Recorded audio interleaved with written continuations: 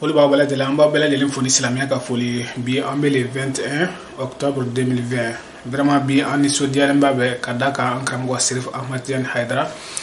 Bi o ye ale ka anniversaire ni ala ka jɛ. Bi émission Serifula Info an bɛna dɔɔni de fɔ Serif Ahmad Tidiane Haidara kan.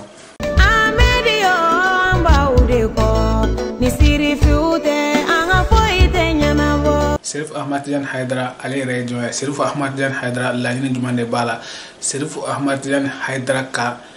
wuli ka jɔn na ka cɛsiri bi an bɛna lajɛ ka dɔɔni fɔ ale de kan.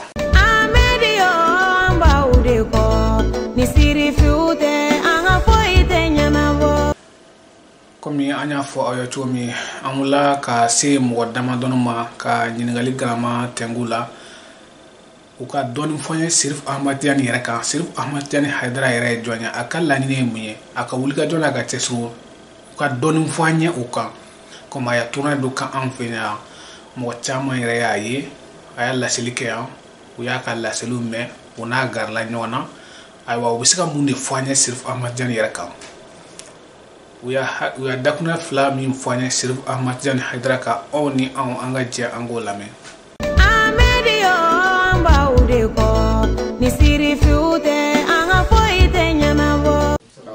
Bi an nisɔndiyalen don alhamdulillah. An karamɔgɔ Seydi Cheikh Ousmane Madani Haidara ale denkɛ n'o ye fana y'an karamɔgɔ ye, Seydi Ahmed Tidiane Haidara. An b'ale ka mawulidu hukumu kɔnɔna la. L'anniversaire o nisɔndiya b'an na alhamdulillah. Bi an nisɔn ka di kosɛbɛ. An bɛ ala fo k'ala barikada. Tanu bɛ ala ye, ala min ye ni si kalifa ma, ala ka si caman wɛrɛ kalifa ma min tɛ nin ye. Ala ka si barika ni baara ɲumankɛlaw ye, baara ɲuman kɛ ye.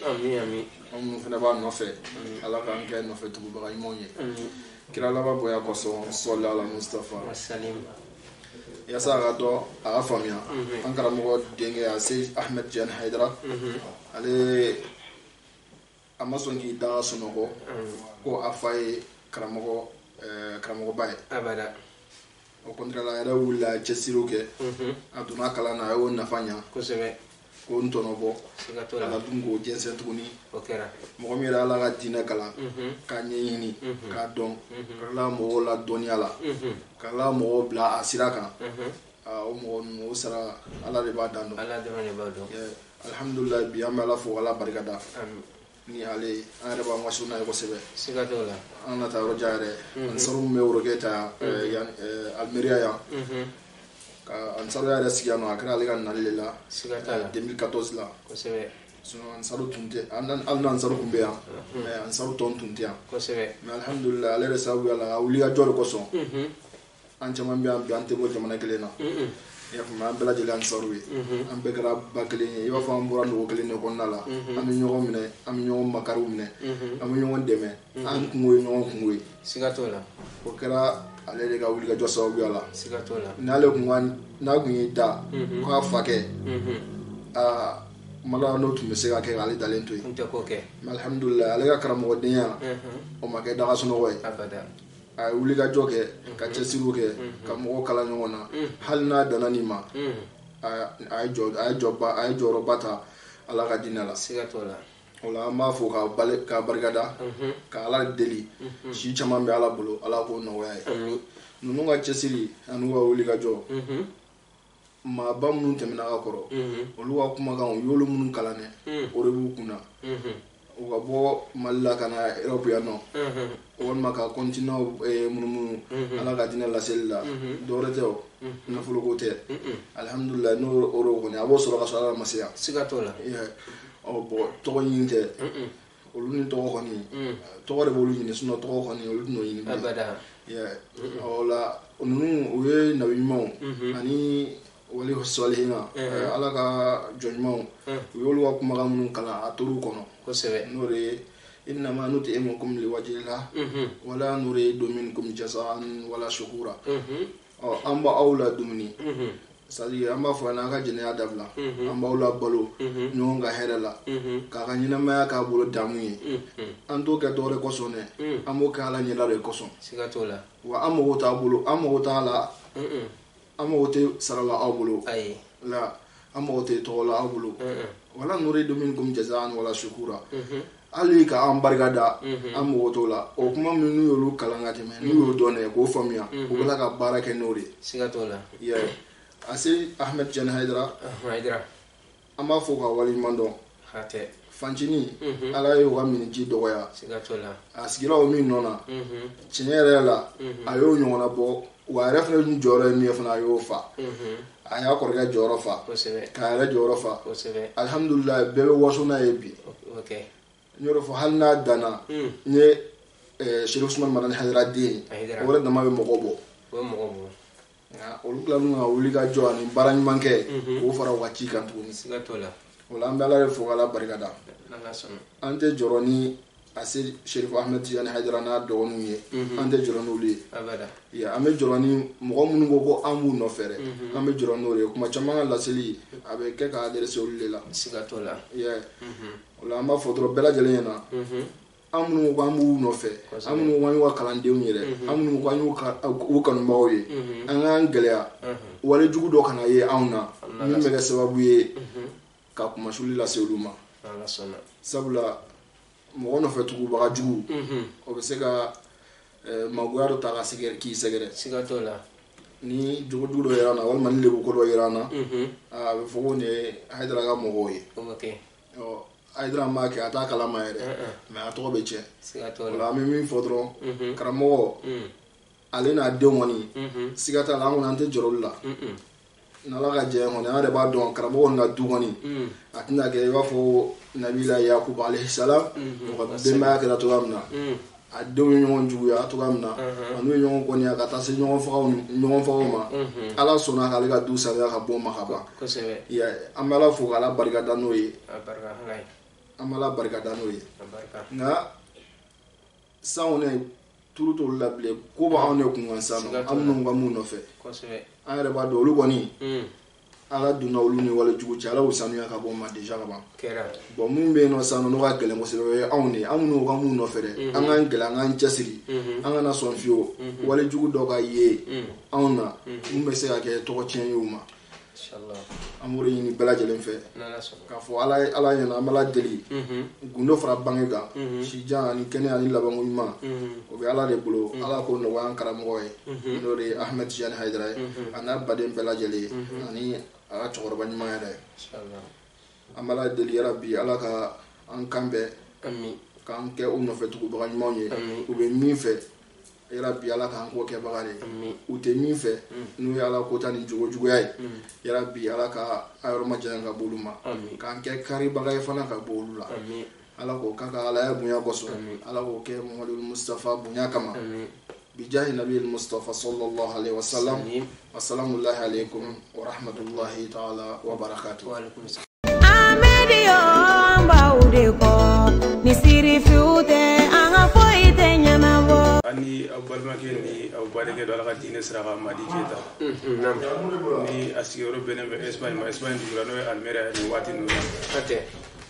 ambe kene men gambi here kene do tanu kene do wasa kene do sabula ne mo mi sigira kira mo de un toyala kene wasare mi dan wala ala ambi ala tanu ala min sona ka antun tara bawo yo fe ka tla kan sama kana antege do kira mo de un bolo ka soro amade se ka soro foy ko ya tana be ani ka kene ambe ala tanu no e ala barka ala ni che foy to ke mo fo ala donc non sigira kana do ke awa sebuka anniversaire la ka be na sambi so wani sanani soro angoni ambe do do ne sino na kuma la wana ambe tunu kuma ko mais ala min do wasira ami folo ga do ke an karamo de an sabu nyuma sabila mo yani ran e nyaga femba fufu no la ki ran nyaga femba era la ni mo sirfu Ahmed Tidiane Haidara ye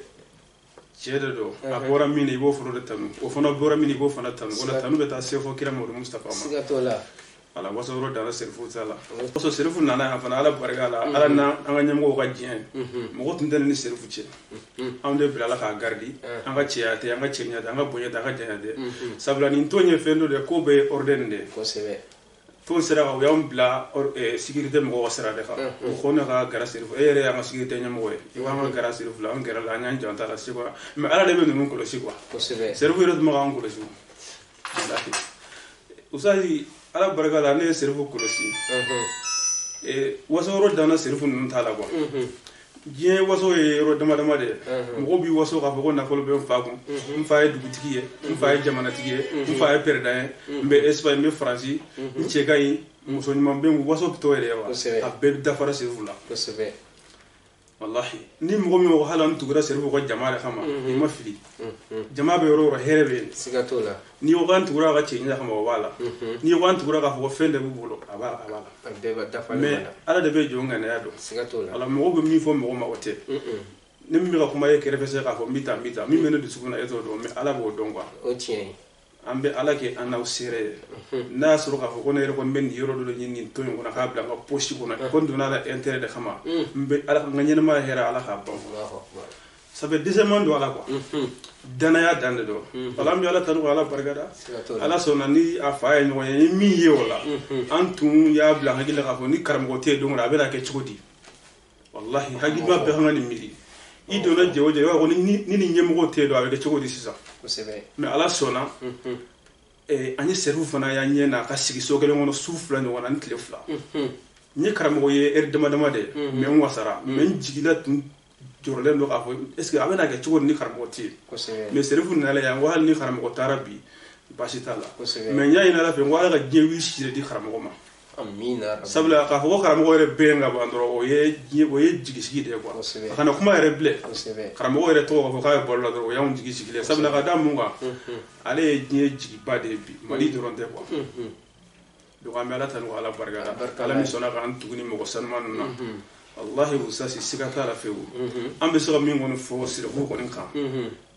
ala mo so anu ko wat janga nyonga me yibe fembe miri nyama ko no ka fo ki mago bara nyama ko no sirfu la me na ma fi ka ku fede ko sebe barake nu ko kuma yiba na fa sikatala ima ko wari da ala le gitle ga sirfu la me hal ni magi am sare me baya ke lay bi sa ko soro chamay hagi sigi ni mago bala bi tugu ko yiba soro o to kuma o ga entre ka baya karamo na de un to talu fa to ba to tala ba de do no to tala karamo na ga de ma mo dorme ina on fe o le ba di am mayre mais mo ba on fle to ga fe ko mi peut-être nunu ngoni ben na dro gu kum fe way alhamdulillah mi ala tanu mais kamele ibe munde donde ne te mindo i play ram fle ibori jadimna nyana ma fendo le yeni ram mo jadimna parce que bisigilité quoi ibe mo mindo xana ko ite mo ni kuma no ibe do fili wono wa wala won mala tanu mo mo na feme fo an jiyana do no mais mimbe do sura ala bodo ko sebe ne ko ni mo wasara ni serfu yeliye me do gana do no bela jele uza siga ko ndemina fewo ne ben da ga mirni fengere nde bi ka fo ko si bi sama gatla ko son san chini siro nyefe la kan kisoma o ila bango juga la kan kisoma ami uza note antum ko ma do fo me amera sira sabla joni bi jona ti le bandon mais ma ni na la fe nyalo andu jontu ndeni ma gilla ni be kan la bande mbodo ni na la fe sabla ni ni tasira nda ibaji ga ko me la bande ngatu sri bodo miri atla ga do wi ni so ma nyogo ni ije nyogo mo fa do gi ala ki la ba xam siga ko tala fe ni le du ni mo ta ka dafa ni sara o mi fa ka bil walde do mais ni ga sa ko liba na fa fo lo soro jeno ko na yango parce que e ka ko be ko ba mo bolo ni ye ko ge mo bolo ko ba ro mo ge ala ka bonyen ko sebe milliard be mo do kumpi wallahi bonyeta ka mais on fait ne fentambolo bi mais ni bolo sena na oro mo wa ko wallahi ko ni jeni mo na ma ere o misali yango so ko mo halbi wa ko mala ne wasalendo ko sebe ambanga belebele minu kefe so mo na sa la barika la ni mo mi fanga perda dama ko wala ka bon ale karamo dum ube o karamo dem dum kuma tay bo sabe ko yin an wasalendo quoi ananga wasa dambele do de ni ala ko ni nyan de me wallahi foi tamboninga wala ngon be do de ke sirfu ay si mi sura la ko nyona chama ko a do ngonu ya rabbi ala ka sijani kana la ngoni ma mi la jelema an yere me obe ni dina na ka sama ka sero ta na ko mi wala ko dama sirfu bola ya ngata malla do ni mina majanya ant maka ka do gam fe ya aw ni bana go dama go wala samosa aka do khama fala quoi amma go wala wati be kana mais an yere wasala mina an jigi fara quoi parce que antu ndolo ni kharamo ko te do avec chogodi ja hal kharamo do kono sew wasake don parce que serfu yo tamasa irana ko ana do no belajele mais mo bes mo do tere la menina gerle nyona ko mo do matle ma fle kumbo andu serfu etle flaga jonga yara wo doni ko ni dai Seru be malaya seru were ta yere boye mo ne do ne seru mo me do ni ne magara la ko ne to me nga bidu ma ko ma no ay ne bere ko ga hagi ngo ni sigira se ngande ko parce que ni ngara la ndaro ma mi ke ko nan do na sigare da fe an wa essentiel da le me seru be le sigare de fa da so essentiel ko Allahu akbar na ga ta du ni mi tela iba so du ma o ko ka fo na le ko anga min ke ale fro de be nyefe o boda yiram na sigate ata kormo billahi donc ayo ta faade ko wala wasa danya on taade wasa ro dande ya on taade fo ni mi ya cin yere ma alkhana sitale sana alkhana sitale sana fi isra'i qasqa sama karamo yere ma go mana to mi ala ko ndo am saru bela jere wala nganji ja mo be kan suyi quoi anti campagne na parce que fo ngo dine na so gi mo go sama kana wa so war de farno kata di mo go do ma mais e ba boga dide e be mo go manu ni ngano la woti kata fo ka fo ko ibe kan de ngana war mine ala de bi sama kana tielo wallahi sigatola ne dona ni budget mo dro ma ne ma ne de be ka bo ka di ko sebe awa ne re wasare ndo ka fo me ka war fana di wode ka ba ko e kwa o chey mo go ta war dim jalu de mo go to ni fen ni na nyo chamange aramado jakte nu na na ya antaro kene ka nyo che ya ko ya ko sebe mais olu tunna bi hala anto ko defo mais an fle no me na ko bi amana dro me gele mi di nu ma ambe ka ya ambe ka la fiade wa ko sebe kama ko be no zai ala de ma zai mais hagili min ba na ma ina fa ya rabbi ala ka do faro wa ananga famu dafale ne ba ko ananga dana ya karamo ko kira bona ya siga tala de ko sebe billahi ni karamo ko te kira bona karamo ko de ma de gara yo so ambe ko majigina mais ala so na ku be ka se ko tek sigatola mais an tay mena ga to ne rebe minute ma do no na ci te soro wo foi te soro ga mo yere bo se dane bola ni ki ga de ma gi se wa tellement ngani joro ne do parce que ngana na mo la se amsaru ni karamo ma usa be joro na bi an la bango ni ma parce que arama ri be ni ma minu ke mo ko te kuma ni fa mais ni juma nga do be fo quoi sigatola wala mo jugula mo to ma fi ko mais o ha do ndoro ha ni ko ni desera ba do tere na dese sabu ma do la fo kama mais har sin ne desera ne ma tege amsaru la de ma defo yura de ne de jasira ala kan kisom mo do re ala kan kisom mais mo fo ko fara kan quoi ne bora ni fe na nyere desera de mais ni amsara de chin wote kelente mo yo fo ko black man mo ko wa ira dinga dana dande be quoi ko sebe Amedio mbaude ko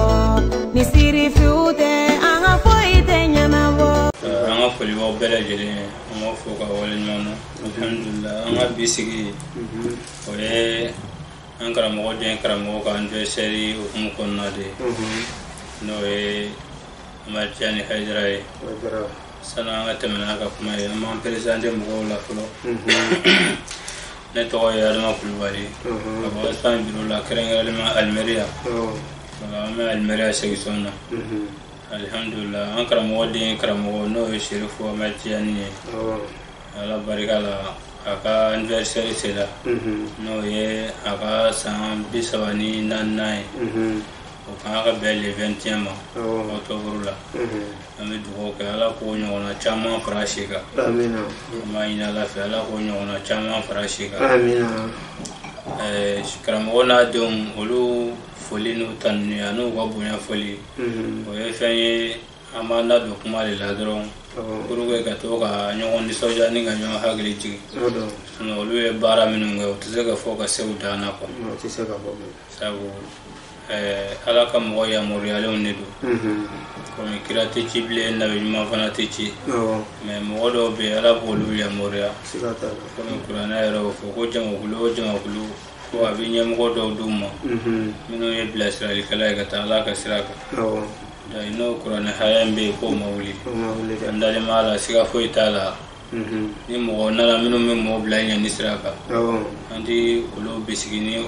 dore no kurana hayande sigata da wala karamo na dum mo siraleka an karamo shiru usman madan hadra mi do ka iranya fulo shi jani kana lawangu mana ala ko dia na ka dema yo bela jelema amina kala ma nyam ko ma tukumna ala ka nyaru ko ko mo ma ti amina an karamo ay pire ko krene surala jena tiga nyana mala mi me kana iraka su ngande de ko do bi su ko ga fo anya e kirana na edra ko fanya anya e kirana na edra jirana bo ati fo fara on wali maniaka wa ati bunya mulo fana asigi mi me kana ka on yo ye ko shiru usman malan edra e kuma kan kele ne fo akende mali mare ko je be du golo fa ye dabe no soro min ale ko ala ka dinara ko min sera ka kelen wulala ko o jola ale la o kala cien ba ta la harakwati ala ka dina foble dobo sambi sabaka bi don o sera ka mo min yana ni ma mo si so min sera ka kuma kan kelen wulula e bita su ngan me yini bi ngo e kena kan godi alna soro na ko mali drono am se ga fo o paski abse ga don ba man jamalla me don bo bi soro ro wala me ko jembe du kuloka ni danve no so ale ko ala ga dina nan ko sera ka yelema ko jola ale la ko abada da ta ala ga dina fobli anye sambi so ba soro la amma so ba soro la ko dronya nga prefu rai hal na mata ro wala ba mo ko ala ya gele siga no e Muhammad madani ye ala ma ka mo shima ami dugo kanye ananga tabo belaji ala ka hinawla amina yango kitim na ala ko no amina ala ya ale no ablani Ahmed Tidiane Haidara afana jola fanjani joro la a jola afa fana joro la parce que bi bena ale bi kuma bo ko mfa e kuma minun fo ka mena fa ga wajuli la fo se bima ne ra de be a background pro ni mo soro la mi mi do so la ikana ni isela ga bone tala ne ra ti wajuli ke bi dana ya tugula dana ya la nu ye prefu de amulu kenaka on di su gongan fo andi kuma na marale fo minu maye anyaro nyana kenaka na nyebola baraka node Ahmed Tidiane aw ma bisigi ni mo mi ye o de Fuseni aba Fuseni joro de la Hassan ni Fuseni aw mi Tidiane bisigi ni Fuseni aba baraka to be ani Fuseni da ekle ofla edme Tidiane yere mo mi no yaro mo janu telimangi abi molya mo ba fo ko akala mo kun shulile parce que ni wajulite ata kun korota ka mo laji dan uye dambe soro uye molya soro sabali fana bula yero dogoya bula o be kirana bono ko tasrade Ahmed Tidiane Haidara atugula afa nofe afa kana atugula ala ga siraka bebe sirakele ne ka iwo doni munye asani ga kumaro be ko chedo nana dono la ka fa asani ma ko asani aw minu ye kirasu mo ye onye aw no fe tugubo ye ko amma ga barala abe mi na yera bula ko asani ya fa ma aya fa che ki ye che fo ko ni mo mi ye on no fetugo fa ga soro on yi bla bara mina iyo ke bayi me ni go ki be on no fe on mi minga ibo fongo nyoya ko igana do fara iga jurumu ka no kuma en foli sikatala o kora ya on di mo bla fuila fo ala ga bara do ni e go e on no fetugo bayi e ga tla ga fenga mi ala fongo nyoya ko ibina do fara iga jurumu de ga ko adama den fe on fe mo be jurumu toli o meni nana ki be kira na sumo no fe e ga tla ga fenga tuguni utiminge ko ibi do fara iga jurumu ga parce que olu no fe tugu foli dala o ko ba yare fo olu te mission voila na la ka barate ni ko ki bu no fe dron ko ki be ala na ga kira de no fe o ni o fongo nyoya ko e de bi do fara iga jurumu ka ta amaye Ahmed Tidiane Haidara atugula afaga osrengo afaya kuma fanye amadoma Sheriff Ousmane Marani Haidara fon fe wo adala aya be wale ya na bara ka jira keneka bo Tidiane fana nana o tugo kele ni la Tidiane fa fon fu woni Tidiane fana yo o to de mega tanye fe fana yo be wale ya keneka don olu ye tanu ye mun se ga fo ga sadana do la toujours an mi dugo kanye inshallah ay sambi sabani nani misro wono gona chama mi arabulu ala ko farashiga amen do ni minu fana ba ko fe toujours ama funya o ko ga isra min da no o fa ga isra fana ko jija o sira kelena siga fo itala fana o ba sama fo ga sa sirola andale mu lawo ankara mo wayra o fo ko ni amsaru ye na fala ko amsaru se ga fon fenge o ti bala lela ala ka diinɛ dɛmɛ na mais n'a fɔla ko amisariw dɛsɛla ka fɛn min kɛ ala ka diinɛ dɛmɛ na k'o de bɛ bala ale la parce que u ko k'u y'o di n'u ka nafolo di ka ban foyi t'o kɔfɛ depi ni diɲɛ dala fɔ bi mɔgɔ si ma kɛlɛ si gagné mɔgɔ si ma jɔyɔrɔ si gagné f'a k'a sɔrɔ i jɛmɛ i ni n'i ka nafolo kɔ o baara in kama o kɛra diɲɛ ko ye o kɛra ala ko ye o i kɔni tɛ foyi gagné f'a k'a sɔrɔ i jɛmɛ saya kɔ parce que ni mɔgɔ jɛna saya kɔ fɛn o fɛn na i ni n'i ka nafolo de bɛ taa o da la donc siga foyi t'a o mana gɛlɛya cogo o cogo i b'o gagné donc karamɔgɔ y'a ka o kuma fɔ n'o perefu ɲɛ donc karamɔgɔ n'a denw an nalen b'a la n'u dɛsɛla o de bɛ bala na sinon an nalen b'a la o bɛ se quoi o bɛ se siga foyi t'a la parce que mɔgɔ bɛ kɛ mɔgɔ de ye mɔgɔ bɛ kɛ mɔgɔ de ye o bɛ kɛ ni mun ye i fa ye jɔyɔrɔ min ta siga foyi t'a la i yɛrɛ bɛ jɔ o jɔyɔrɔ de la parce que bi ni mɔgɔ min ye diɲɛ yaala n'i ye diɲɛ dɔn i bɛ taa diɲɛ fan bɛɛ fɛ Mali silamɛya a Hayidaralama i t'o ɲɔgɔn na diɲɛ yɔrɔ si donc an b'a dɔn dugukolo lafiya la n'u ye bi alhamdulillah an kɔni ma si jan sɔrɔ fɔlɔ mais an y'an ka denmisɛnniya kɛ waati min na an yɛrɛw ɲɛ tun bɛ Mali la a tun bɛ cogo min na ani bi karamɔgɔ sera k'a yɛlɛma bi k'a kɛ cogo min na an b'a dɔn dugukolo lafiya la bi i tɛ taa Mali diɲɛ jɛkɛyɔrɔ si la n m'a fɔ a diɲɛ denya totalement mais k'a fɔ ko diɲɛ na cɛw ni musow bɛ ɲɔgɔn sɔrɔ Mali kɔnɔ yɔrɔ min na k'i tɛ muso kelen ye fini bɛ min kun na o tɛ yen quoi mais k'a sɔrɔ karamɔgɔ ka wajibi tɛ i bɛ don Mali diɲɛ jɛkɛyɔrɔ bɛɛ la k'a ban i tɛ muso ye min bɛ fini bila a kun na donc dɔw bɛ yen olu tɛ Hayidara ka diinɛ in yɛrɛ la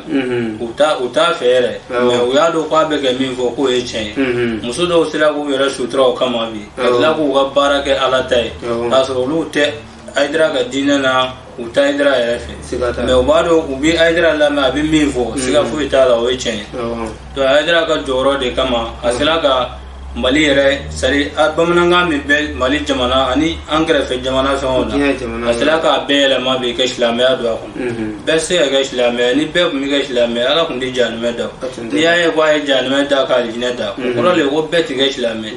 donc ala y'a latigɛ minnu kɛ k'a ye kɔni ala barika la Hayidara sera k'u k'a ye siga foyi t'a la a sera k'u k'a ye donc fana a denw fana b'o sira kelen de kan wa ni ala ye mɔgɔ mɔgɔ da k'e kunna ka di i bɛ to o sira kelen de kan i tɛ changer wala ala ye minnu dɛmɛ k'u ɲɛsin k'u ta fɔ an ka Hayidara ko ta fɔ an ye an bɛ dugawu kɛ an n'u bɛɛ lajɛlen ye ala ka sijan ni kɛnɛya d'u ma layidu minnu n'an y'a ta baya kan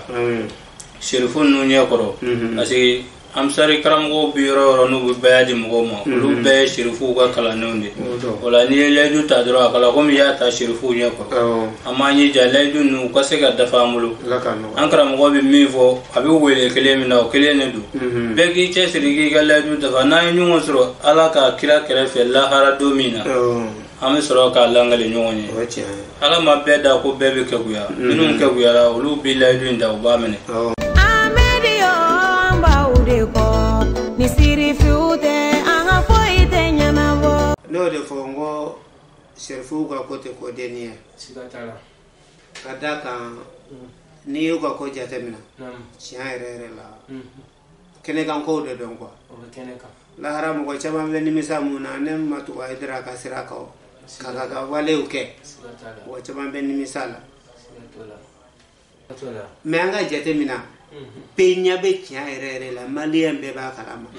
Sheikh Sherif Usman Madani Hayidara ala ye den o don a garijigɛ la e ɲɛ b'a jɔ na ko jugu bɛ min na an t'o dɔn dɛ alhamdulillah mun fatura ala ka hinɛ la ani mun balolen fo kana se bi ma ne ma mɛn maa ye k'a fɔ ko Hayidara den ye nin ko dɔ kɛ ko min man kan ka kɛ silamɛya ka mɔgɔw bolo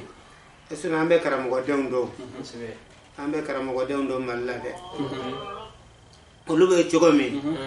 an b'o dɔn mais Sheikh Sherif Usman Madani Hayidara ala y'a sugandi k'a furumusow sugandi ka tila k'a denw fana sugandi k'a bɛɛ bila ala ka sira kan komi a y'a fɔ cogo min na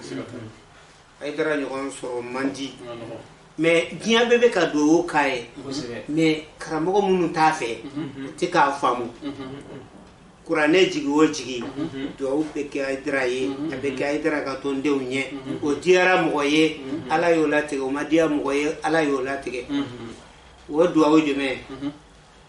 sadaka Allah maulana al-azim niyo duwa jatemina wala bayro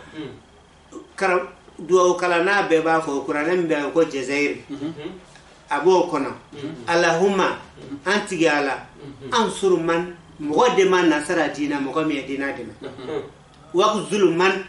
mugolabla mugomunye mumunu nabla o be sadaka Allah duwa labana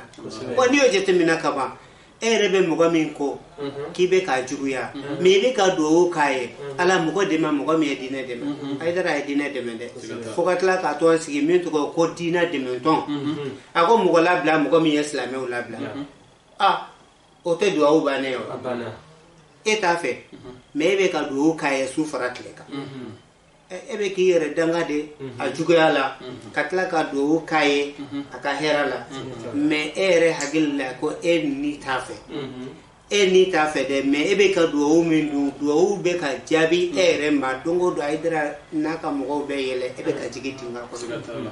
ni o jatemina amsar mo ni do na amsar la igaga ki chesri ya laidu munta ka laidu bedafa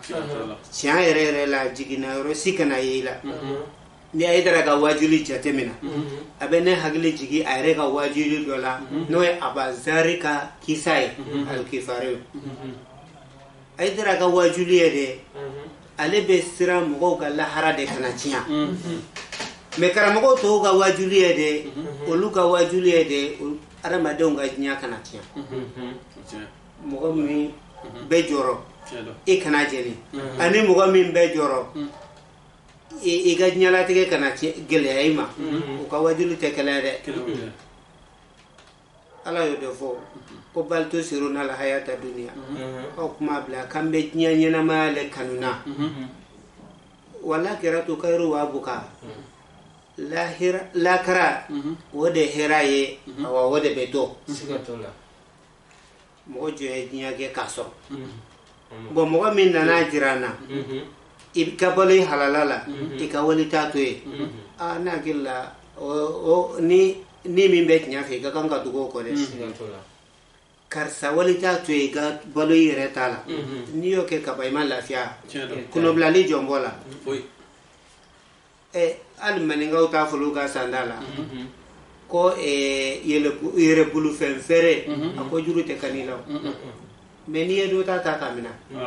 lono ina malo de donc aidra naga dembaya dan tula ni mo gombe do amsarla ante campagne ka fo do amsarla inshallah man beda islamia era kama jangu kabaya ke jangu ka do amsarla me aye baya laidu min wala anye ni alete karamogo ma deli ko fo o yoro bo fo telela ambo melu ga wajilu la amba ye la Facebook kono koni mali te kite baya ku kuma me yoroshi me ni aidra fona ni konte nya yoroshi kuma ibe ko de irawo ni mali te aidra ni konte nya yoroshi doka foke nani ko merami baya be qur'ane kono sanjoli me joy nya wala ka fo islamia dunkando islamia dunkando me amafanye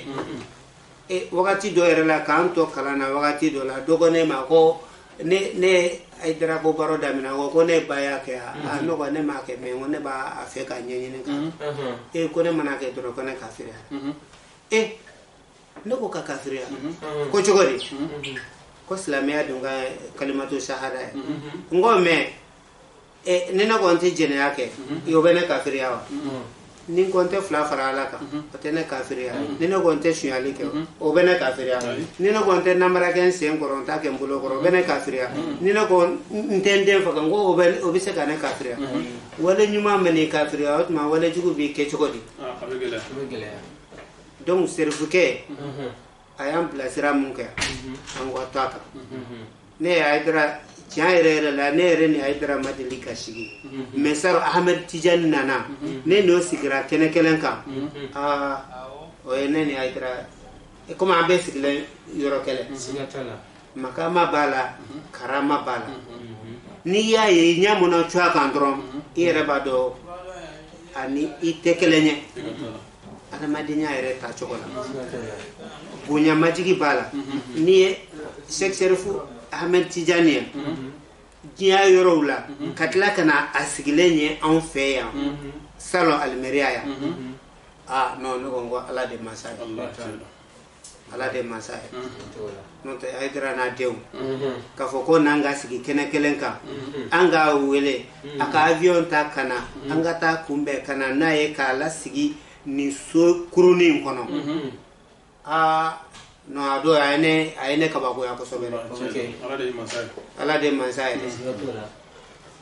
no kera awnya katla ka demso wele Saida Aba aka bo Bilbao kana mauludu fana ke anfea ambe Jones dan tumen soro ka kola ala ngo kambe avion ta ka duma ko ko ni avion biye de beta ka duma otena ubena wire personnel mobile ayalo e bunya dande kilometri joli ya ni Bilbao aka jande ka bole katla kana mauludu wajuli ke anfea ka ala ko ira ana ka kira ko sira irana namma tugungo mogoko amadala na ambanga kuna dia fede ala kana labla si jani kenani labango nyuma ala ka dana ngara mo anaka dembe abela jene ametu o ke amba muso mu fatura ni karamogo dia mun fatura anayere ka su mun fatura ala ka hinula ala ko daro ne ma o yanko kitimina ala ko no ko yi amedio amba udeko ni siri fiute anga foite nyanavo ambal mo ansira gamin sura ala sa aw ma bi Serfula info keneka aleni ambi aw be fo ka wuliga dona gatte sur la comment ya fo chumi bi vraiment ani sodel be ka da kan krambo Serif Ahmadian Haidara kan anniversaire de bi sam bisaba ani nani amba ni ala fe yara biama san chama be ala bolo ala ko di anama ala ka lanini min bana dola yara biama ala ko sabati aw dingena balmake demba jakti Espagne anga nyam go bayre susuka Serif Babur Haidara na barke ni gon beledi la ambu befu ko wuliga dona gatte sur la krengena Serif acti ana de maga paju abu befo ananga auditeur mo mbanga video nanga photo ku partager ku aimer vraiment ambi aw befo ko wuliga dona gatte sur la mbo assalamu alaykum beledi la akod do kan ka boke Serif Ahmadian Haidara alaga sijan an kenen mandi anama